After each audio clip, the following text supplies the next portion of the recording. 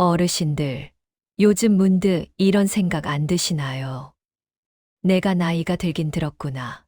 그런데 왜 주변의 사람은 자꾸 줄어들까?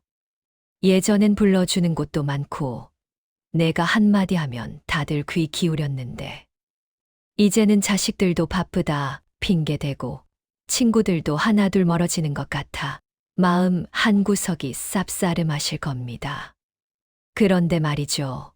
이상하게 나이가 들수록 주변에 사람이 모이고 자식들이 먼저 전화를 걸어 안부를 묻는 분들이 계십니다. 그분들에겐 어떤 특별한 비밀이 있는 걸까요? 오늘 저와 함께 품격 있게 늙어가며 어디서나 환영받는 사람들의 지혜를 나눠보겠습니다. 오늘 영상 끝까지 보시면 여러분의 내일은 오늘보다 훨씬 따뜻해질 겁니다. 사실 우리 세대 참 고생 많으셨잖아요. 자식들 뒷바라지 아니라 내 몸 하나 돌볼 겨를 없이 사셨죠. 그런데 이제 좀 편해지나 싶으니 돌아오는 건 라떼는 말이야. 소리 듣는 꼰대 취급일 때가 있습니다.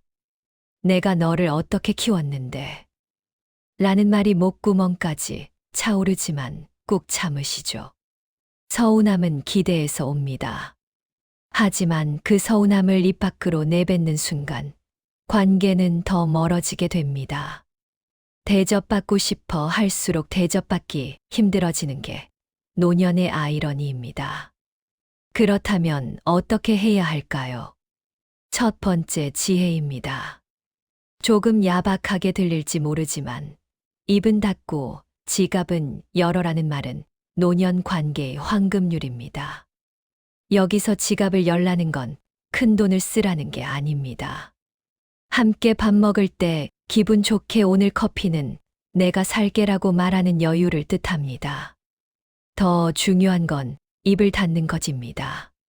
상대가 묻지 않은 조언은 잔소리가 되고 내 과거 자랑은 지루한 옛날 이야기가 됩니다. 대신 상대의 말을 그랬구나, 힘들었겠구나 하며 끝까지 들어주세요. 잘 들어주는 어른 곁에는 언제나 사람이 모이는 법입니다.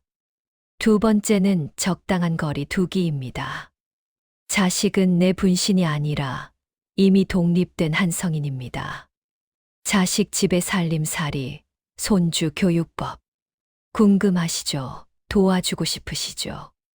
하지만 묻기 전엔 먼저 말씀하지 마세요. 보고 싶다. 왜 안 오냐는 말 대신 나는 잘 지내고 있으니 걱정 마라. 사랑한다고 먼저 말씀해 보세요. 부모가 자기 삶을 즐기며 꼿꼿하게 서 있을 때 자식들은 오히려 그 당당한 뒷모습을 존경하며 다가옵니다. 자식의 효도를 강요하지 마시고 효도하고 싶은 부모가 되어주세요. 세 번째가 가장 중요합니다. 남에게 대접받으려 하기 전에 나 스스로를 귀하게 대접하세요. 혼자 있다고 대충 물에 밥 말아 드시지 마세요. 예쁜 그릇에 담아 정갈하게 드세요. 옷도 깨끗하고 밝게 입으시고요.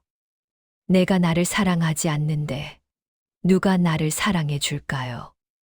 남의 연락을 기다리는 시간보다 내가 즐거운 일을 찾는 시간을 늘리세요. 배움에는 나이가 없습니다. 스마트폰 사용법도 배우고 동네 복지관에서 운동도 시작해 보세요. 활기찬 어르신 곁에는 긍정적인 에너지를 받으려는 사람들이 줄을 섭니다. 대접받는 분들이 절대 하지 않는 말 세 가지가 있습니다. 첫째, 내가 너를 어떻게 키웠는데.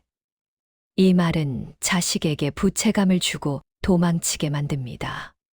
둘째, 옛날엔 안 그랬는데. 세상은 변했습니다. 변화를 인정해야 소통이 됩니다. 셋째, 죽어야지, 죽어야 해. 부정적인 말은 내 영혼을 갉아먹고 주변 사람들을 지치게 합니다. 대신 고맙다, 미안하다, 잘했다. 이 세 마디를 하루에 한 번씩만 해보세요. 기적이 일어날 겁니다. 자, 영상 끝나고 바로 실천해 보실까요? 먼저 거울을 보고 나 자신에게 오늘 참 고생 많았다, 멋지다라고 말해주는 겁니다. 그리고 자녀나 친구에게 그냥 생각나서 연락했어, 좋은 하루 보내라고 짧은 문자 하나 남겨보세요. 대접받으려는 마음을 내려놓고 먼저 다가가는 순간, 여러분은 이미 세상에서 가장 품격 있는 어른이 되신 겁니다. 어르신들, 여러분의 인생 2막은 이제 시작입니다. 지금까지 남을 위해 사셨다면, 이제는 나를 위해, 그리고 더 성숙한 관계를 위해 지혜를 발휘할 때입니다. 오늘 내용이 가슴에 닿으셨다면 구독과 좋아요로 저를 응원해 주세요.